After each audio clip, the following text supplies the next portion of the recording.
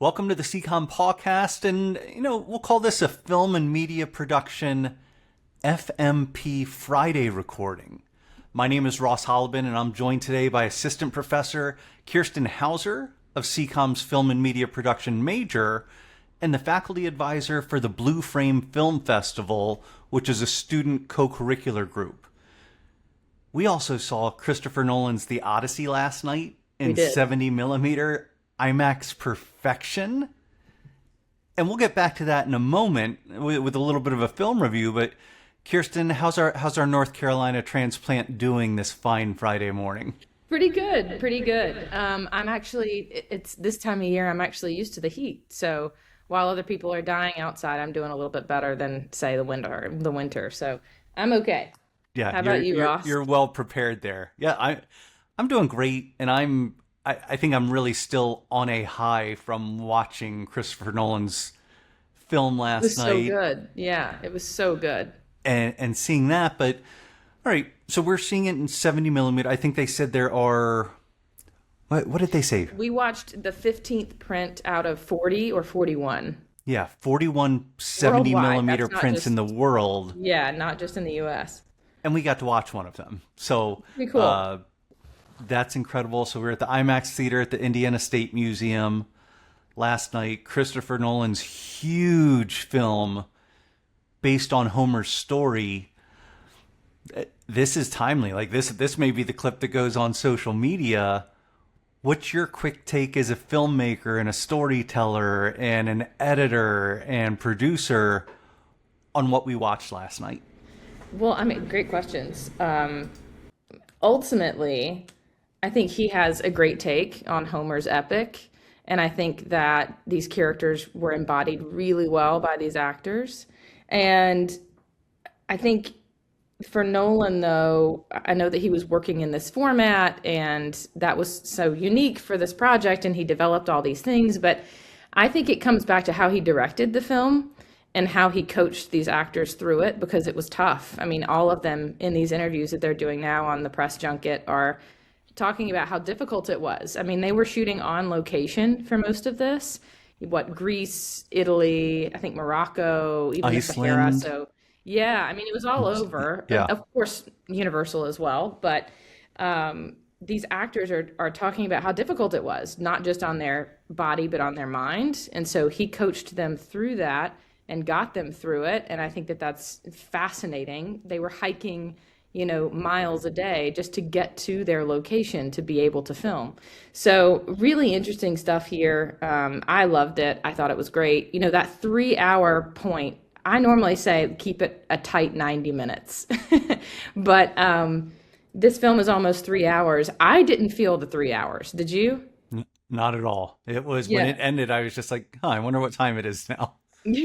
I didn't feel the 3 hours like I thought I would because, and I think that's now that I've thought about it, I think it's more related to how they go back and forth in time. We're not stuck in one area for too long.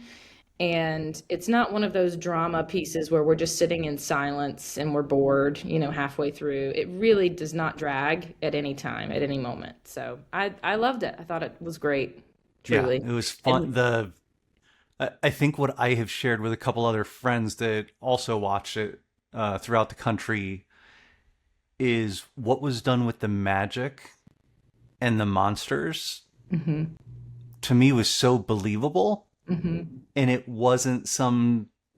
didn't appear to be some CGI monstrosity.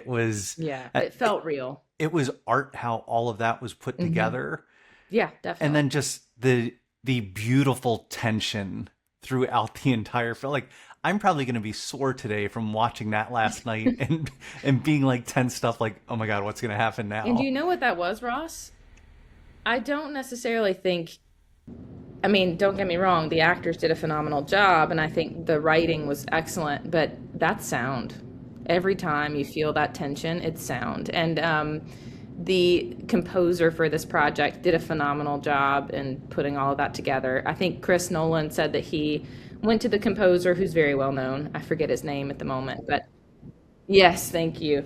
Um, went to him and said that he wanted this to sound otherworldly, like something that we have not heard before. And so he did that, but he also used it in ways that were really that underscored the drama in those moments. So when you felt that tension, it's specifically from the sound design in the film, which I think is fascinating. But Yeah. yeah, And it's then really cool stuff. Nolan, and I think we talked about this while we were still in our seats, like how he Hmm. gives it that extra quarter count sometimes, Hmm. hanging on a shot or a moment before something else moves, and it's just like, hey, Yeah, what's going on here? But yeah. yeah, I love Ludwig Göransson, obviously, and he did incredible things. But even when they got rid of sound at Mhm. times, or any soundtrack With the other wax in than the ears, going past the sirens, things like that. Yeah. hearing the waves go, Hmm. hearing the sand blowing, and it just like it drops out, and all of a sudden you're just like, oh, we just went from this, you know, orchestra pounding our ears to Hmm. just this natural sound, and it Yep. rattles you in the perfect ways. And going back to IMAX and why that's so important to a director like Nolan and others to that point, the sound is uncompressed in an IMAX theater. And so you've got this surround and you've got all these points around the theater, and it's specific to the best point of view for your auditory senses. And so you can actually get an octave lower in those theaters than you can in a traditional theater. So that's why when you say you feel it in your bones, that kind of tremble in your bones from it being the bass being so deep, you can feel that in IMAX. And then of course you are also set up for this huge screen that is supposed to overtake your periphery in some cases if you're sitting in the right spot. That goes from looking at what traditionally we know in a theater to look through a window, and it makes it more an immersion. So you're in the action yourself, which is pretty cool. But highly recommend. Actually, Ross, I have to thank you for taking me last night and for us going together. That was a really fun trip, just as friends. But it was also my first time, as we discussed, going to an IMAX theater. So I was overjoyed to see such a great film for my first time. So Yeah, and thank you. that's my home away from home here in Indy. I love that theater so much, and my buddy that kind of runs it does such an incredible job as well. And Neil, right? hopefully we get to introduce some students to Yes. that IMAX experience and behind the scenes things as well. Yeah, a little teaser maybe for the classes that we've been talking about. Yeah, that'd be great Cool. stuff. So, all right, well, we're gonna stay local, and get into some of your filmmaker projects. But first, like within CCOM this year, we are evolving from creative media and entertainment to film and media production as the title for the major. It recruiting efforts, explaining to everyone, hey, here's what's available through, if someone's doing a keyword search, this matters, but why is this important to you and your department while trying to tell your story and connect with students? Well, that's a great question. I think for us, we went from creative media and entertainment (CME) to FMP, film and media production, because we want to emphasize production more. I think in the early days, from what I understand, we were television and sort of analysis centered, research centered, and we, as three individuals who care deeply as filmmakers to make films and to tell stories. Peter, Eric, and myself thought it would be best if we focused more on the production aspect. And so we changed our curriculum to incorporate more of that, including exhibition itself, which would come into play with Blue Frame Film Festival, something that we had not done until this year specifically. We wanted to give students a platform to screen their work in a competitive sense. There were awards. Not everybody was accepted. This is something that we take the best of the best within Butler, and eventually we will expand it to other schools within the Midwest, even high schools for recruitment and for partnering with high schoolers, and we'll go from there. But I think our program with the folks in it, like myself, Peter, and Eric, are really just interested in giving students a platform to tell their stories. Yeah, and we have amazing storytellers, and CCOM is where great stories begin. So all of that ties in perfectly. You mentioned Blue Frame Film Festival and the success that you had last semester, Hmm. but brag about some of these amazing students and what they established for local filmmakers. Okay, I probably can't name them all by name. There were 17 students that were in this class, and at the time, it was a sort of senior level, 400 level class called Entertainment Criticism. And 17 of these students created committees, things like marketing, filmmaking. We had a group that had graphics and design, and then another group that was sort of our organizational team, our administrative team. And we had two programmers. So Haley Lance and Allie Rivera were our two programmers this year.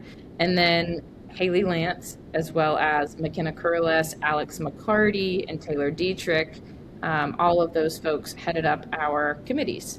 And so within that structure, everybody worked together we worked the entire semester to come up with a plan for who we are, what our identity might be, and how we might market best to students in our school. And I think a lot of people got on board with it. We sold out our tickets, and pretty quickly, actually. And we were able to partner, at least this year, with Newfields, and it was a big success. And I think it's good for students to see their work on the big screen, but also to see who else is screening.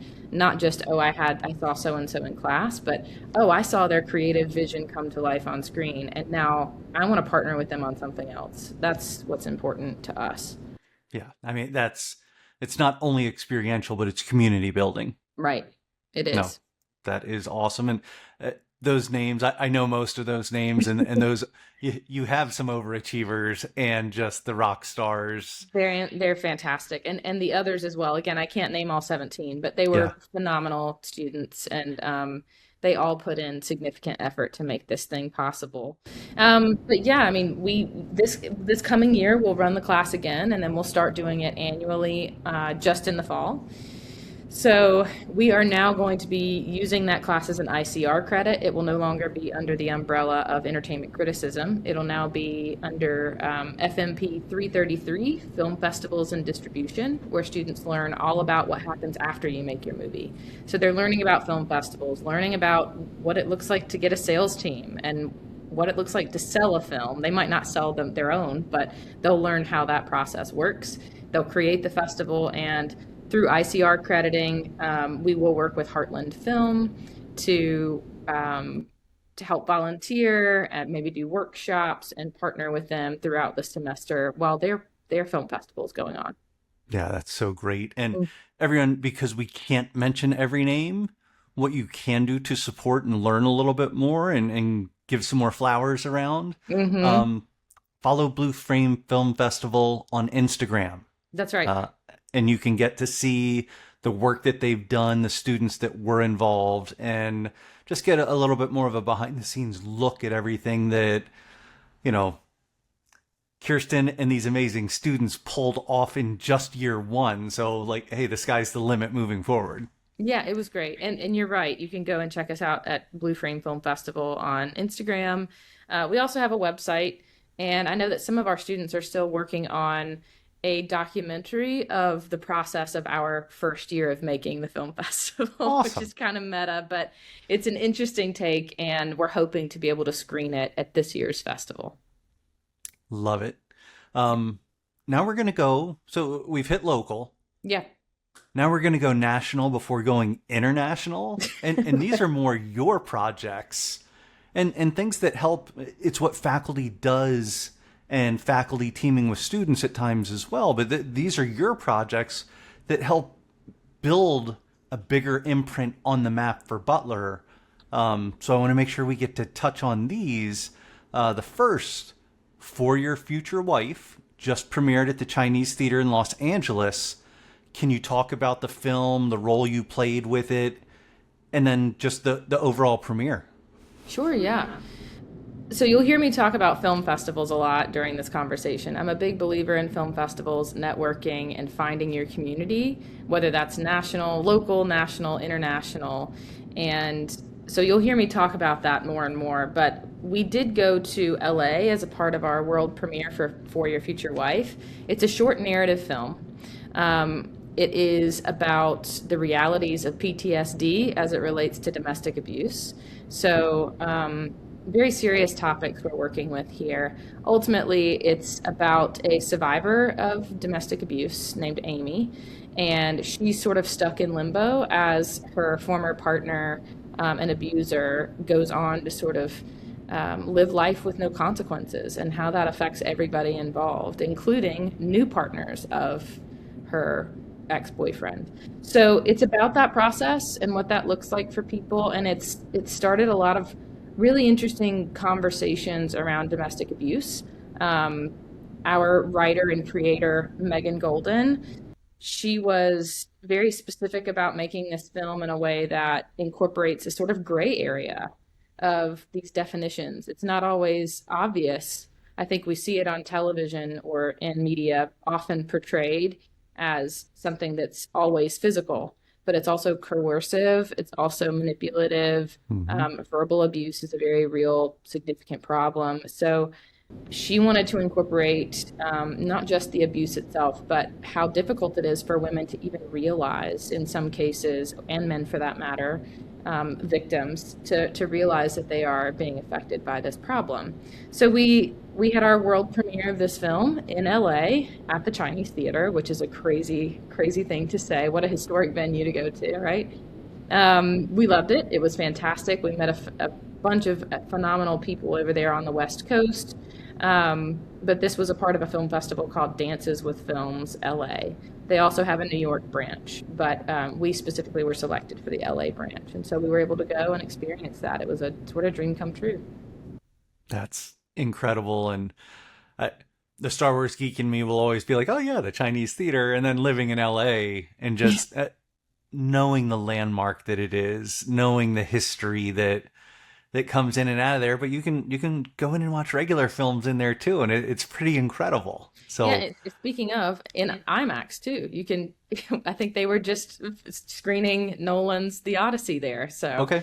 yeah, some friends out that way were sending me their tickets after they found out we went to see it last night. So, Yeah. pretty cool. Maybe we can work that into part of a trek at Yeah. some point. Go Uh, see something at the Chinese Theater. yeah. So we'll maybe we'll connect you and Amy Dichter Yeah, and Cutler Armstrong together and have like this would be amazing. triumphant group going together. So Yeah, we've got to.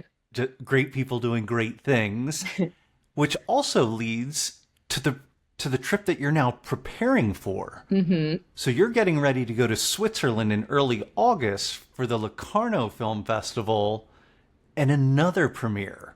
Yeah. Tell viewers about Private Property. Um, I believe you have an incredible filmmaker helming this, and what you expect from this. Yeah, so, and I neglected to mention before, I was working as a producer on both of these projects. Okay. So I see this project, for those who might not know exactly what a producer does, I see these projects from beginning to end, including distribution and festival runs. So ultimately, this film is written and directed by Deepak Rainar, and he is a Boston University professor. And he has made tons of critically acclaimed films like White Sun, for instance, Highway. He just made one called Puja Sir that I worked with him on in Nepal. He is a Nepali filmmaker. That was in 2023.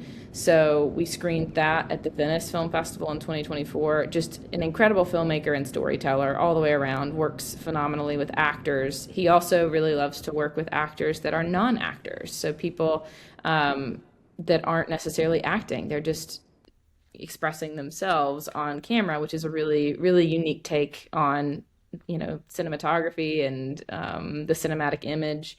But he created this film. It's a short film this time, a narrative film called Private Property. And it is about a Nepali woman played by his producing partner, his writing partner, and his real life partner, Asha Magradi.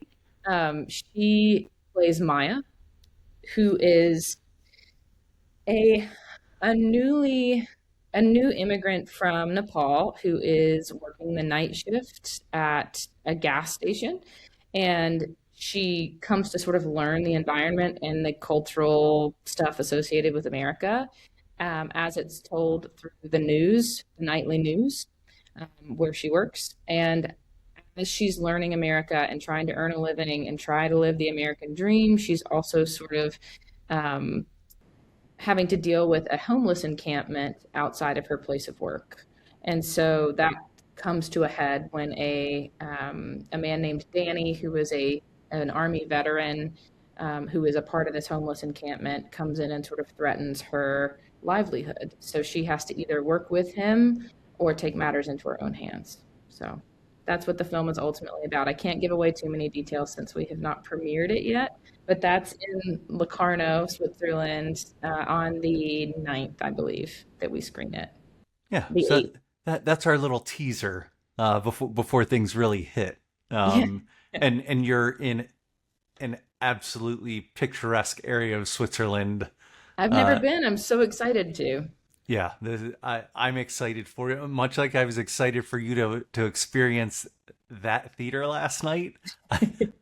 I'm more excited about you going to Switzerland and checking Yeah, that out. Switzerland's going to be great. I'm really excited to go with some of the team. Some of them are going to join us there, and I know that just our train from Milan to Locarno is supposed to be one of the most picturesque in the world. Super excited about that. So Yeah, we'll you'll need see. I'll to send you bring some some pictures. external storage backup so that you can just like keep your phone going the whole time. Exactly. Yeah. So, So and we're speak, excited though to take it to an international market, and Deepak and our team we're trying to get this thing sold, and so that folks can stream it somewhere. fantastic. And you'll let us know. I'll be able to share that Yeah, from CCOM social channels so we can let people know when that is available or how they can check it out as well. definitely. Um, and and I think this is just kind of the kickoff. We've talked about with Dr. Eric Hahn, with Professor Peter Matsoukas and yourself of, hey, maybe we do something that every once in a while that is an FMP Friday for some social content or It different would be content great. I'll that tell you, we can put out. of course, I'm not the only one working on super cool things. Peter just finished up and has been screening his film about there's a singer in Milwaukee named, gosh, what was his name? I can't believe I'm forgetting it right now, but he just finished a phenomenal feature film documentary that was so good. And Eric is always working on something. He's editing something, writing something. I think he's in the middle of producing a feature film right now. Yeah. So Well, we're all really even busy. just the coloring work that he does. It's so cool, right? I Yeah. mean, his stuff was just on Netflix recently. It was like in the top 5 of Netflix. So I'm incredibly lucky to work with such a great group of people, not just because they're successful, but because they collaborate and they want to work together and they're kind. So I think our students know that already. But if you don't, if you're a student watching this and you're unsure, know for sure the FMP team has got your back. We're excited to help you bring stuff to life just like we are. Yeah, it's energy, action, and presence. Like it is rolling up the sleeves and doing this together, and that's I love. But getting the opportunity to work with all of our faculty in CCOM, but seeing the three of you kind of pair up as a or gather up as a newer group there is really cool to see that energy. Um, I think we'll end up doing regular check-ins, but then it becomes with Eric and Peter as well. And this was an incredible premiere of you and FMP on the podcast, Kiersten. So Thanks. thank you Thanks for your for having me time. on. And Yeah. do you have any final thoughts or anything you'd like to share or where the audience can follow you and your work? Oh gosh. I have a website that's not currently updated, but I'm getting on that soon. That's kirstenhauser.com. Yeah, exactly. And then I typically share stuff with CCOM. So the CCOM site, I always tag if there's something that's, worth sharing with the group, I'll always do that. And CCOM normally shares what I have to say. Otherwise, in terms of sharing anything before leaving here, last night I told you I always sit through the credits at the end of movies. And we sat through that probably 10-minute credit section of the Odyssey last night, and we just watched the scrolling of those names. It takes a village to make these movies. I try to honor that by sitting through those at the end of every movie that I see in the theater, but I urge people to do the same, and not just to realize it, but to find your own community and start making stuff. Because there's so many different options. Mm-hmm. You're not just an actor. You're not just a director. Like Yeah. there are, And no one person could do it all. Christopher Nolan couldn't make the Odyssey by himself. There's no way. yeah, it's hundreds of people Yeah. pulling these off. If So, not thousands in his case. So right? know that, for student films, it doesn't matter what kind of project you're working on. You need people and they need you. And I think getting your community now and just getting a part of this FMP and taking courses and working outside of class to make movies, it's just going to help your career. Yeah. Well, and even with other areas of campus, with Yeah. arts admin, with theater, like the JCA group, but there Right. are, We just there are partnered with elements from theater. LSB in the Mhm. business school that tie in. There's definitely elements from the liberal arts and sciences. So it That's right. is, it's how you think. It's critical thinking and storytelling, Yeah. and it requires so much. Yeah, I mean, and psychology proves it, the research proves it, that not only is it helping your career and helping you make movies, but your community makes you happier. So I just think it's something to do now. Get on it. Yeah, everyone, get on it. And Yeah. Bulldogs and supporters, thanks for watching. Visit butler.edu/CCOM Pawprints for more CCOM stories on our blog. Follow us on Instagram at Butler CCOM, and follow the official Butler University account at Butler U. Go Dogs, and take care of each other.